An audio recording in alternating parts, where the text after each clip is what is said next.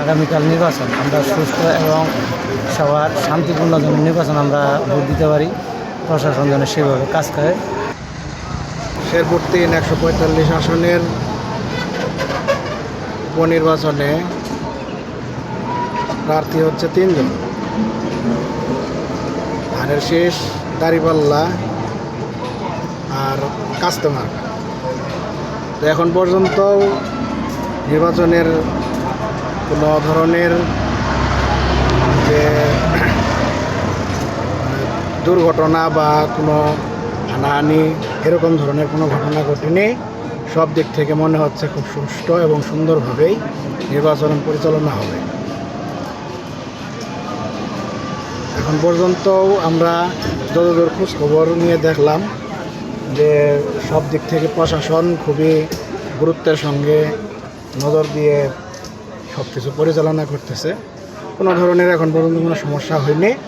আশা করি আগামীকাল নির্বাচনে যে কোনো এক দল বিজয়ী হয়ে কোনো দুর্ঘটনা এবং কোনো অনাকাঙ্ক্ষিত ঘটনা ছাড়াই নির্বাচন সুষ্ঠুভাবে সম্পন্ন হবে।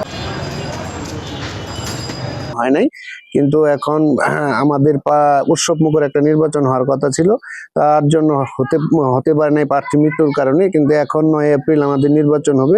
আশা করি বর্তমান সরকারের নির্দেশনায় সুন্দর পরিবেশে একটা সুন্দর নির্বাচন হবে, উৎসব মুখর। আমরা এটাই আশা ব্যক্ত করি। নুরুজ্জামান বাবুল তিনি কিডনিজনিত রোগে মারা গেছেন। সেই প্রেক্ষিতে বাংলাদেশ নির্বাচন কমিশন এটা স্থগিত করেছে শেরপুর ৩ আসন। এটা সবাই জানেন, আপনারা সবাই জানেন। তো বাংলাদেশের যে জাতীয় ইলেকশন হয়েছে সেই আনন্দটুকু আমাদের ভিতরে কোনো সাড়া দেয় নাই, আমরা সেটার ইমেজটা আমরা লক্ষ্য করতে পারি নাই। ৯ এপ্রিলে যে অনুষ্ঠিত হতে যাচ্ছে জাতীয় নির্বাচন, সেই আনন্দটুকু আমরা উপভোগ করবো ইনশাল্লাহ, যদি ফেয়ার ইলেকশন হয়। মাত্র ৩০% টাকায় জমির মালিক হয়ে নতুন বাংলাদেশের গড়ে তোলার স্বপ্ন দেখা বাংলা বসতি। শেরপুর ৩-এ যে নির্বাচনটা হবে, আশা করি সারা বাংলাদেশ এবং বাংলাদেশের সকল নাগরিক এটার উপভোগ করতে পারবে ৯ এপ্রিল যে নির্বাচনটা হবে। কারণ বাংলাদেশের মধ্যে দুইটা আসনের নির্বাচন হচ্ছে, শেরপুর ৩ আসনের নির্বাচন আমাদের শ্রীপতি এবং জিনেগাতির মধ্যে আশা করতেছি এবার আমাদের জিনেগাতিতে নির্বাচন সুষ্ঠুর আশঙ্কায় বেশি দেখা যাচ্ছে। শৃঙ্খলা বাহিনী আনার যথেষ্ট পরিমাণ মোতায়েন আছে। এখানে আমরা কেলামেলা করার মতো কোনো সুযোগ সুবিধা নেই।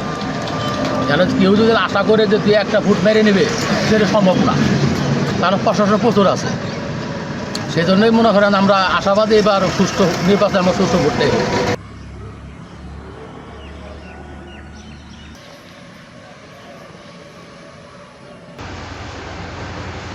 আপনারা জানেন গত 12ই ফেব্রুয়ারি যে নির্বাচন অনুষ্ঠিত হয়েছে, সেই নির্বাচনে একজন প্রার্থীর মৃত্যুর কারণে শেরপুর ৩ আসনে নির্বাচন স্থগিত ছিল। সেই স্থগিতকৃত নির্বাচন আগামীকাল রোজ ৯ এপ্রিল অনুষ্ঠিত হবে এবং এই নির্বাচন উপলক্ষে যাবতীয় সকল প্রস্তুতি সম্পন্ন হয়েছে এবং সকল সরকারি স্টেক হোল্ডার এবং গণমাধ্যম বন্ধু আপনারা সকলের সহযোগিতা অব্যাহত আছে এবং সকলের সহযোগিতায় আগামীকাল সকাল 7:30 থেকে বিকেল 4:30 পর্যন্ত সুষ্ঠু ভোট গ্রহণের মাধ্যমে একটি সুষ্ঠু, সুন্দর এবং অবাধ নিরপেক্ষ নির্বাচন জাতিকে উপহার দেওয়ার জন্য আমরা সকলে সম্মিলিতভাবে কাজ করতেছি। আপনাদের সকলকে ধন্যবাদ।